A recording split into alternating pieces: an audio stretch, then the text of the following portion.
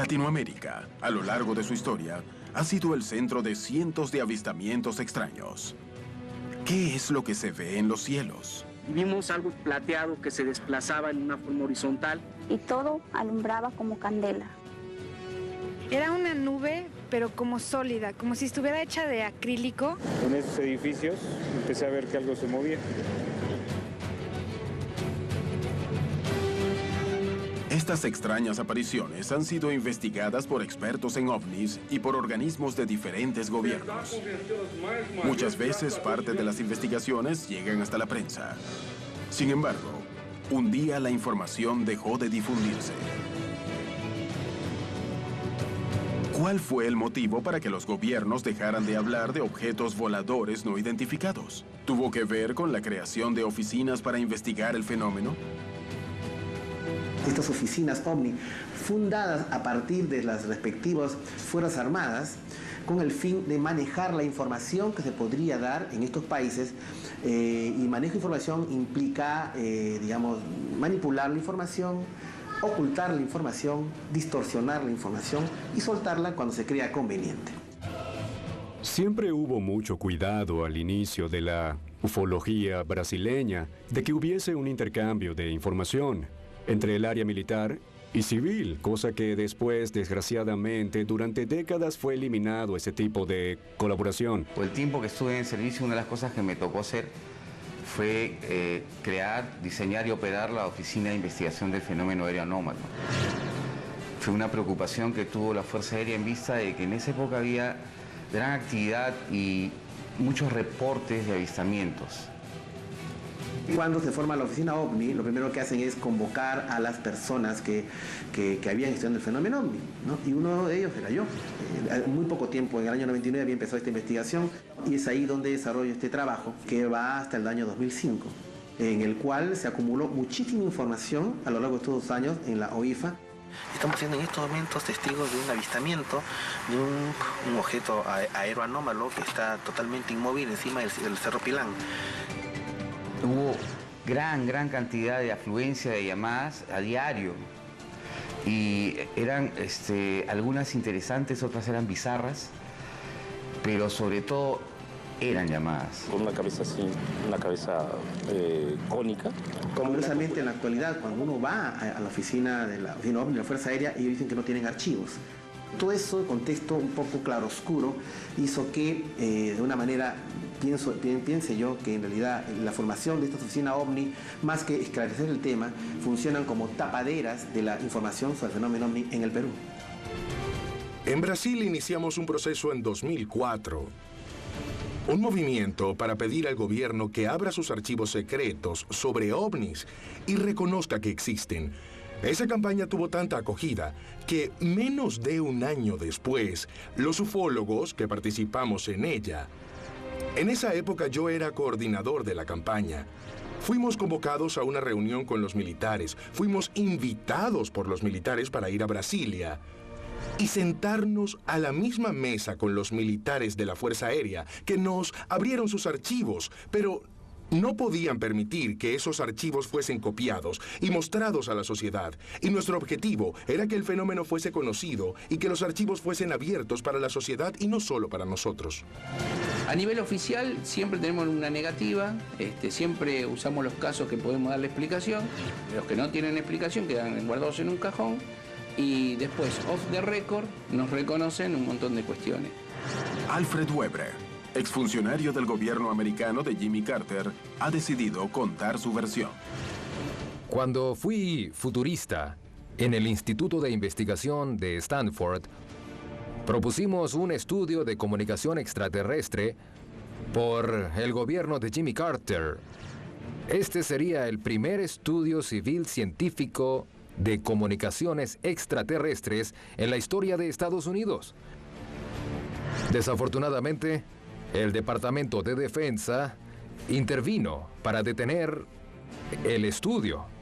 Y creemos que esa intervención ocurrió porque nuestro estudio habría descubierto programas secretos de contacto con humanos que el Departamento de Defensa de Estados Unidos tendría con varias civilizaciones inteligentes extraterrestres. La década de 1980 dio un gran giro en cuanto a los avistamientos ovnis. Sin embargo, algunos de ellos fueron reconocidos 20 años más tarde.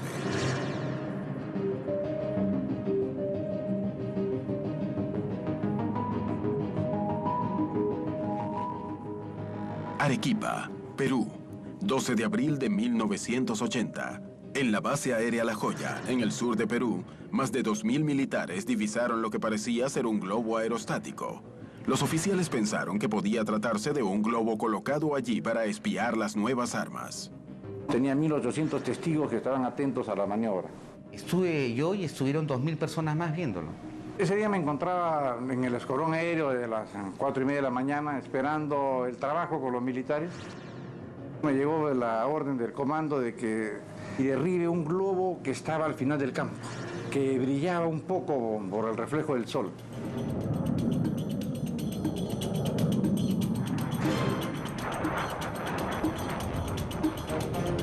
Y lo primero que hizo fue apuntarlo y disparar lo que se llama en la terminología militar una pared de fuego.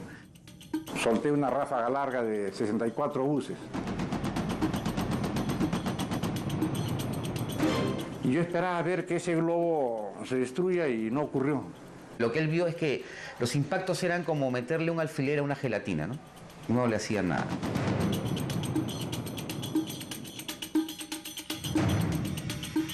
Y de lo que estaba estático, inició un alejamiento ascendiendo y a velocidad. Como yo estaba con buena velocidad en el descenso, lo que hice fue conectar la postcombustión de mi avión y empezar a perseguirlo. De lo que inicialmente el objeto estaba a 600 metros de altura, llegó a 11.000 metros. Yo lo estaba persiguiendo a un promedio de 900 kilómetros por hora. Yo no podía alcanzarlo y él tampoco se alejaba más. El objeto hizo algo que viola las leyes de la física. Paró en seco. Esquivé, volví a tomar posición de puntería. Y cuando uno está por llegar a la distancia de disparo de los cañones, cerca a los 200 metros, el objeto que está detenido hizo un ascenso súbito, como de 1.000 metros. Y mi avión ya quedó, ya si vos a apuntarlo, me esquivó.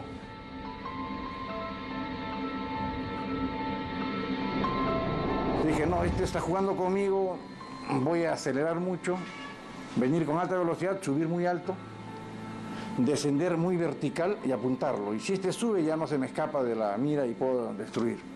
Y eso es lo que hice. Yo estaba esperando a ver en qué momento ya hacía el quiebre y mirándolo, el objeto que está detenido subió y se emparejó conmigo.